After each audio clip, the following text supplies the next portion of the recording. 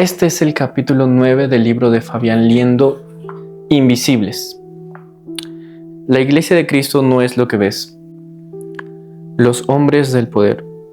Juan comienza su evangelio refiriéndose al Verbo hecho carne, a Jesús como la luz verdadera que había venido a este mundo a alumbrar a todos los hombres. Jesús era esa luz que ya estaba en el mundo, en ese mundo donde todo había sido construido por Él, pero el mundo no lo conoció. Y el apóstol Juan lo confirmó diciendo: a los suyos vino y a los suyos no lo recibieron, en Juan 1, 9, 11. Luego de que predicara el sermón del monte, que incluía la lectura del libro del profeta Isaías, en ese sermón que define la esencia del evangelio, concretamente les dijo a la multitud, a sus amigos, familiares que estaban allí: ustedes son pobres, prisioneros, ciegos y oprimidos, y hasta que no se den cuenta de esto, no hay evangelio para ustedes. ¿Cuál fue la reacción de ellos? En lugar de humillarse, se encendieron en un odio que fue creciendo por todo Israel, hasta que pusieron a Jesús en una cruz. Todo porque no estaban dispuestos a cambiar su perspectiva. El capítulo 8 del libro de los Hechos comienza narrando: en aquellos días hubo una gran persecución contra la iglesia que estaba en Jerusalén, y todos fueron esparcidos por las tierras de Judea y Samaria, salvo los apóstoles. Luego, en el versículo 4 continúan diciendo: pero los que fueron esparcidos iban por todas partes anunciando el evangelio. El obrar de Satanás en las persecuciones solo servía para impulsar el cumplimiento del propósito de Dios para cada uno de sus hijos y para la extensión del reino. La iglesia primitiva vivió perseguida por ser lo que tenía que ser, una iglesia viva, columna y baluarte de la verdad, formada por hombres que nunca negociaron ni diluyeron la verdad, hombres que no estimaban sus vidas porque habían decidido arriesgarlas hasta la muerte por amor a Cristo, hombres que consideraban la palabra de Dios más importante que el alimento diario. Así fue como la iglesia, cuanto más brillaba y crecía, más ponía en evidencia las obras de las tinieblas y más perseguida era. En el libro de Hechos narran una persecución muy fuerte hacia el evangelio y hacia los que predicaban esta creencia. Así fue como la iglesia, cuanto más brillaba y crecía, más ponía en evidencia las obras de las tinieblas y más perseguida era. Esa persecución duró 300 años, hasta que un día un emperador llamado Constantino, un gran político pero un pobre hombre, se dio cuenta de que era mejor aliarse a la iglesia antes que combatirla. Así fue como se produjo la simbiosis entre el mundo occidental y la iglesia, que duró casi 1000 años, tal como lo había predicho San Agustín. La ruptura de esta alianza entre Constantino y lo que había quedado de la iglesia cristiana de aquel tiempo se extendió hasta el Renacimiento, movimiento centrado en el humanismo, cuyo objetivo era impulsar la moral cristiana. Así es como transcurrieron varios siglos hasta llegar a la época de las Ilustraciones, para luego llegar a Nietzsche, quien, ya seguro de que el proceso se había cumplido, pronunció su célebre frase: Dios ha muerto. Y celebrándolo agregó: y muerto Dios, han muerto todos los valores que en él se sustentaban. En lugar del amor, la misericordia y la compasión, ahora reinaría el hombre movido solo por la voluntad de poder. En una oportunidad, había viajado a Estados Unidos junto a un músico amigo y algunos amigos de él, entre los cuales había varios pastores. Al llegar al momento de los saludos, me presentó a uno de ellos. Te presento al pastor de la iglesia más grande de esta ciudad, dijo al tiempo que se acercaba a mi oído para comunicarme en secreto. Este es el cuarto pastor que presento hoy como el pastor de la iglesia más grande de esta ciudad. Esto nos invade. Algo pasó al corazón de la iglesia. Casi todos desean tener la iglesia más grande, el ministerio más poderoso, ser famoso en los canales cristianos, ser reconocidos y, si es posible, viajar por el mundo. Parece que el espíritu de ese hombre reinando, movido solo por la voluntad de poder y de logros personales que describe Nietzsche, sigue estando en medio nuestro. Jesús, sabiendo lo que había en el corazón de los hombres y todo lo que habría que acontecer, llamó a los discípulos y les dijo: Ustedes saben que los gobernantes de las naciones se enseñorearán de ellas, y los que son grandes ejercerán sobre ellas potestad. Pero entre ustedes no será así, sino que el que quiera hacerse más grande entre ustedes será su servidor, y el que quiera ser el primero entre ustedes debe ser el siervo de todos los demás. Esto les decía Jesús a aquellos que querían alcanzar el objetivo estando a su lado, sin tener que transitar el camino. Pero Jesús, que no gritó del cielo, «¡Los amo!», sino que vino y nos marcó el camino, dando su vida por amor a nosotros, siendo ejemplo en todo, para luego poder decir, «Síganme», les dijo, «El Hijo del Hombre no vino para ser servido, sino para servir y para dar su vida en rescate por muchos». Si Cristo es la cabeza de la iglesia y la iglesia es el cuerpo, cabeza y cuerpo no pueden ser de distinta naturaleza. Si la iglesia verdaderamente es de Cristo, debe interpretar su persona en todo. Recuerdo un episodio en la vida de Francisco de Asís, un hombre cuyo testimonio inspiró e impactó mucho mi vida. Mientras intentaba que la que parecía ser la única iglesia de la época se aprobara su orden franciscana, cuya única ambición era vivir el Evangelio al pie de la letra, dijo algunas cosas como estas: «Queremos celebrar hoy el divorcio con el dinero y las posesiones. Queremos vestir humildemente y nunca despreciar a los que viven ricamente. Queremos vivir amándonos y cuidándonos unos de otros, delante de los ojos del mundo como una madre ama y cuida a su hijo amado. No pondremos resistencia a los que nos resisten. Pondremos la otra mejilla a los que nos hieran y responderemos a los que nos ofenden con perdón. Recibiremos amablemente a los ladrones de los caminos y nuestros príncipes serán los leprosos y mendigos». La respuesta del cardenal con quien Francisco estaba conversando fue más o menos así: «Francisco, una nueva fundación es casi una batalla, y los iniciadores necesitan manejar con destreza ese dialecto, al menos tanto como los soldados la espada. Al igual que en los palacios del mundo, la aprobación exige una recomendación poderosa y esta requiere recomendantes poderosos. Los poderosos solo se dejan influir por el poder, sea espiritual, apostólico o militar». Luego continuó: «Ustedes están alistados y prometen ser fieles en la orden de la santa impotencia. Discúlpame, Francisco, pero esta intención la veo casi destinada al fracaso. Es imposible vivir de esta manera. No se puede. ¿Por qué no crear una buena estructura, con edificios sólidos y una preparación intelectual apta para el servicio de la iglesia?» Francisco, que luego de tantos intentos parecía ya vencido y sin fuerzas para seguir luchando, sintió que estaban hablando de cosas distintas, que estaban en órbitas distintas y opuestas, y que su lucha parecía no tener sentido. Pero viendo el cardenal que el hermano seguía en silencio, le dijo: «Di algo, querido Francisco». Francisco empezó a hablar con desgano, pero pronto las palabras comenzaron a brotar de su boca. «Todas las cosas tienen una piel, una entraña, un adverso y un reverso. Señor cardenal, yo reconozco el lenguaje de los intelectuales, un ejército compacto y bien preparado y disciplinado, al servicio de esta iglesia. La vida tiene un ritmo y se llama evolución. La orden franciscana no sirve para esta realidad. Hablan de organizaciones poderosas, de disciplina férrea». Y bajando la voz dijo al oído del cardenal: «Ese es el lenguaje de los cuarteles. Poder, conquista.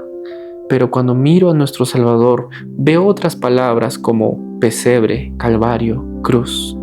Y continuó: «Los ministros tienen una fraseología cautivadora. Es la piel, señor cardenal. Si me permite decir, la careta. La realidad siempre es otra. Nadie quiere ser el más pequeño, nadie quiere aparecer como el débil, ni en los gobiernos ni en la iglesia. Todos somos enemigos instintivos de la cruz y del pesebre. Comenzando por los hombres de la iglesia, podemos derramar lágrimas ante el milagro del pesebre y sentirnos orgullosos ante el mensaje de la cruz, pero en el fondo nos avergonzamos de ella. A nadie llamaré farsante en este mundo, pero esto es una farsa, casi una blasfemia. Perdóname, Dios mío». El cardenal asustado le respondió: «Hijo, estás yendo demasiado lejos». «Discúlpeme, señor cardenal», respondió Francisco inmediatamente. «En la redondez de la tierra no hay pecado como yo. En la redondez de la tierra no hay pecador como yo. No estoy juzgando a nadie, solo analizo los hechos. La equivocación opera por debajo de la conciencia. Nadie es malo, pero nos engañamos. Las cosas feas necesitan apariencia de bellas. El mundo que va dentro de nosotros necesita una ropa vistosa. El soldado que va dentro de nosotros quiere dominar, emerger, enseñorearse. Y ese instinto se viste de ornamento sagrado y decimos: hay que conquistar ciudades para la gloria de Dios. Hay que levantar grandes edificios para organizar las multitudes que vienen. Cuando en realidad lo que sucede es que nos avergonzamos de estar en edificios pequeños y pobres. La iglesia necesita herramientas de poder, dicen, pero en el fondo es que nadie quiere aparecer como impotente.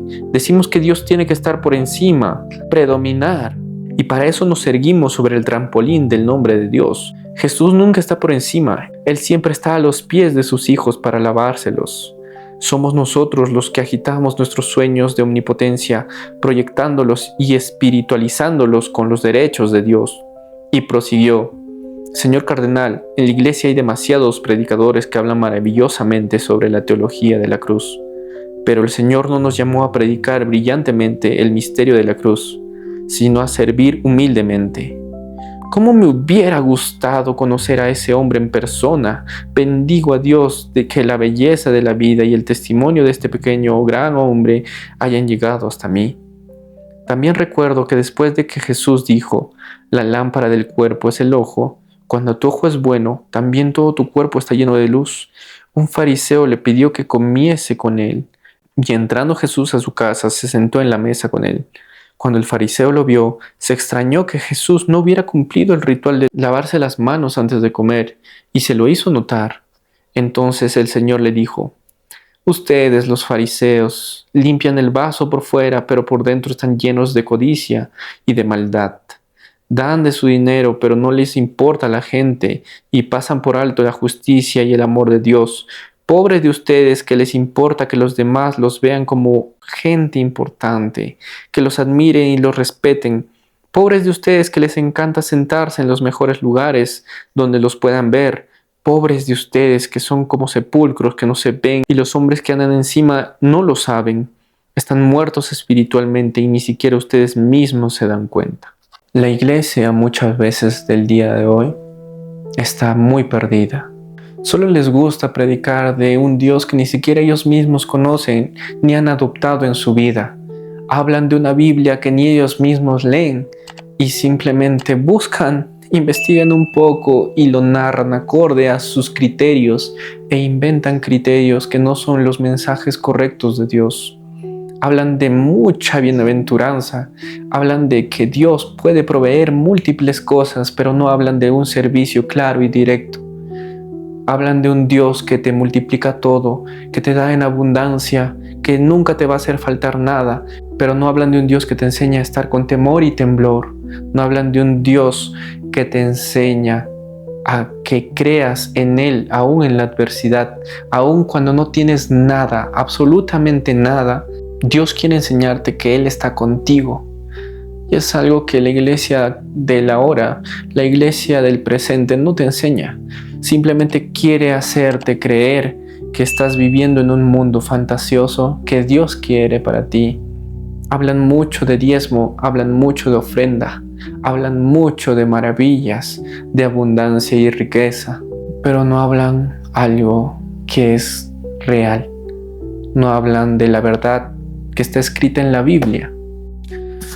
Si tú no entiendes lo que es esto, si tú no lo lees, si tú te ensañas en creer solo lo que dice tu pastor, déjame decirte que estás muy equivocado. Pueden hablar de la Biblia, pueden decir 1000 cosas de ella, pueden hablar de los versículos bíblicos, pueden hablarte de los discípulos de Jesús, pero eso no importa si no está escrito acá, si no es el mensaje correcto que Dios quiere darte para tu vida. Cuando hablamos de esto me gusta hablar de 3 cosas muy importantes. Y son 3 cosas que tú tienes que saber para que tú entiendas si estás en una verdadera iglesia. Número 1, que tu pastor no se considere un padre espiritual, porque la Biblia enseña que solo hay un padre espiritual. Jesús fue muy claro cuando dijo en Mateo 23:9: y no llaméis Padre vuestro a nadie en la tierra, porque uno es vuestro Padre, el que está en los cielos. Aquí está, en la Biblia.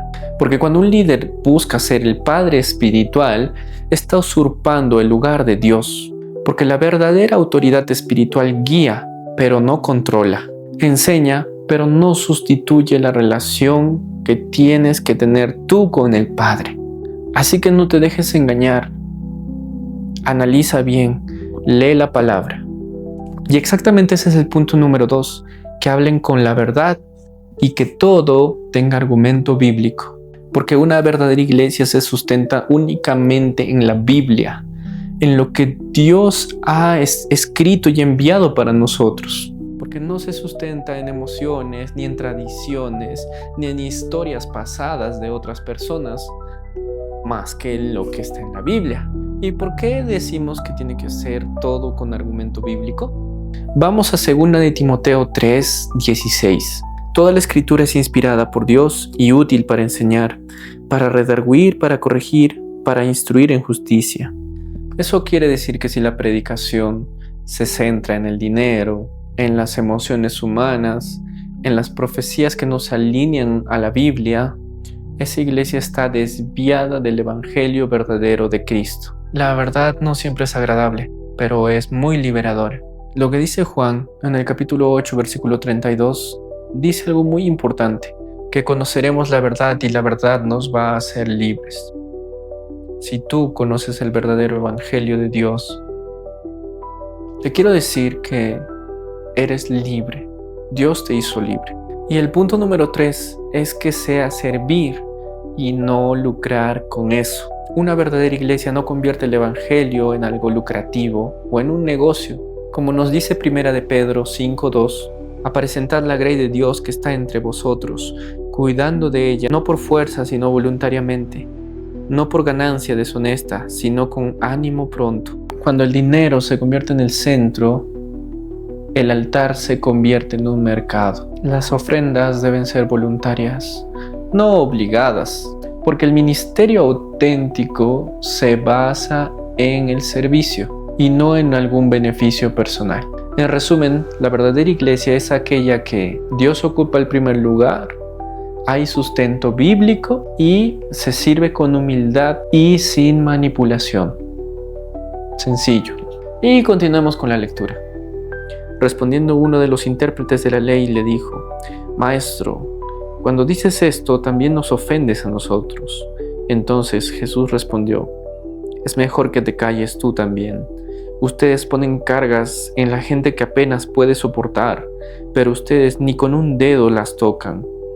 Solo intervienen para echar culpas, viajan mar y tierra para ganar un solo converso y después los hacen 2 veces más hijos del infierno de lo que son ustedes. Eso es lo que más me molesta. Abusan de su propia posición como autoridad eclesiástica e interfieren en la gente que genuinamente busca de Dios. Y Jesús, que tiene una paciencia infinita con las personas, es implacable con la gente que dice conocer a Dios y hablar de parte de Él, pero tiene un corazón frío y rígido. Jesús estaba diciendo: estoy cansado de este tipo de personas. Quiero ser muy cuidadoso en esto, pero necesitamos poner un poco de luz sobre un modelo de iglesia que nos invade. Es imposible leer las Escrituras y no invadir la asombrosa claridad en las personas de Jesús cuando hablan de esto. Con el aval de la palabra de Dios, yo digo: si la unción de la que tanto se habla es de Dios, debe producir humildad. Si la unción es realmente de Dios, nos pone a nosotros al servicio de la gente y no a la gente a nuestro servicio. La unción de Dios nunca generaría un esquema verticalista, empresarial, jerárquico, donde la naturaleza de la relación entre los miembros se manifiesta en relaciones de autoridad y poder ejercidos por unos y en principio aceptado por otros.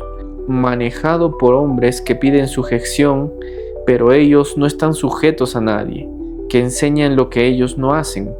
Es muy importante entender y discernir que si la unción no nos hace parecidos a Jesús en todos sus atributos, entonces deberíamos abrir una nueva página en la iglesia y replantearnos cuánto hay de Dios en todo esto. La iglesia no tiene rehenes, sino hijos de Dios rescatados por el amor de Él. No importa en honor a qué tipo de orden u organización responda.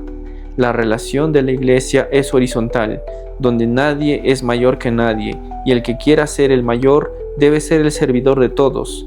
Así es como Dios nos ve. En la conversión de Pablo camino a Damasco, él fue rodeado por un resplandor de luz del cielo. Y aunque es claro que la luz no transforma, solo muestra, a Pablo no solo la iluminó, sino que se le metió adentro y le permitió verse a sí mismo. Y es por eso que lo primero que dijo fue: Señor, ¿qué quieres que yo haga? Para eso llega el Señor a nuestras vidas, para que hagamos su voluntad y no para afirmarnos en nuestras convicciones, y de esa manera ejercer autoridad para el bien del otro y para gloria personal, como si nosotros tuviéramos algo que ver en eso. Los milagros no definen el evangelio del reino. Eso es algo que Dios quiere hacer, y en general ni siquiera tiene que ver con nuestra santidad. Es solo por amor, es por lo que Dios quiere decir o hacer a través nuestro con el otro. No es que la persona que Dios usa es mejor, es por amor al objeto del milagro o para revelarse a sí mismo. Es por eso que vender este evangelio es realmente falaz. La diferencia está en si tenemos que negarnos a nosotros mismos o si vamos a afirmarnos en nuestras convicciones y creer que Dios nos dará de todo lo que queremos. En general, este es el evangelio que hoy se predica, pero Dios no obra de esa manera. Si este principio pudiera ser recuperado por la iglesia, rompería la estructura de toda esta falacia que nos atropella. Jesús nos enseñó que el mayor no es el que está sentado en la mesa, sino el que sirve, y sobre todo, que Él está entre nosotros como el que sirve. ¿Quién puede cambiar esta realidad? En mis años de vida he visto dentro de la iglesia tantas expresiones imposibles de cuadrar con la palabra de Dios. Personas que reclaman reconocimiento por sus títulos, privilegios, comodidades y casi como en una película de ficción, la imagen del intocable, al que solo unos pocos privilegiados pueden acceder. ¿Qué tiene que ver esto con Cristo? Jesús estaba con la gente. Solo una iglesia carente de conocimiento puede seguir este modelo sin advertir la gravedad de su tremendo error.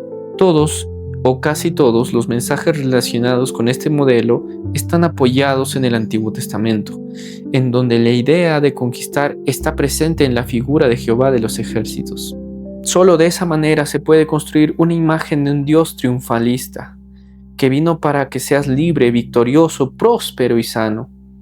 Estos mensajes casi siempre están comprometidos con el área de las emociones, de tal forma que la gente llega a pensar que si no se cae o tiembla, entonces nada sucedió durante la oración. Por momentos el culto se convierte en una especie de casa de placeres espirituales, donde el acento está puesto en lo que cada uno siente, pero difícilmente se comprometan con un mensaje que evidencie los atributos de Jesús, porque cuando Él aparece en las Escrituras y en nuestra vida, no queda nada de eso. Jesús nos enseñó a poner la otra mejilla, a orar por los que nos roban y nos ultrajan, a amar a nuestros enemigos, a considerar siempre mayores a tus hermanos, a no defenderse por amor. Nos invitó a un camino sacrificial, en el altísimo privilegio de compartir los mismos sufrimientos juntamente con Él. Él nos llamó a morir para nacer de nuevo, y entre tantas cosas, a renunciar a nuestros proyectos de vida para que Él pueda cumplir sus propios proyectos en nosotros. Jesús, siendo el Hijo de Dios, nos dijo: no vine a hacer lo que quiero, sino la voluntad de mi Padre que me envió. Por su parte, Pablo les expresó a los filipenses: haya pues en vosotros este sentir que hubo también en Cristo Jesús, el cual siendo en forma de Dios, no estimó el ser igual a Dios como cosa a que aferrarse, sino que se despojó a sí mismo, tomando forma de siervo, mostrando un Jesús de una belleza indescriptible como el servidor de todos nosotros. Además, el apóstol agregó: y estando en la condición de hombre, se humilló a sí mismo para que no queden dudas de que esa era su elección. Entonces me pregunto, ¿quién puede decir que sigue a Jesús si no sigue su ejemplo? No es tan difícil darte cuenta de dónde proviene un acto, una situación, una palabra o un mover del Espíritu. Si éste interpreta la persona de Cristo, entonces sí es de Dios. Solo ahí te das cuenta. Cuando ves a una persona sometida 100% a lo que Dios dice en su palabra, ahí te das cuenta que sí es de Dios.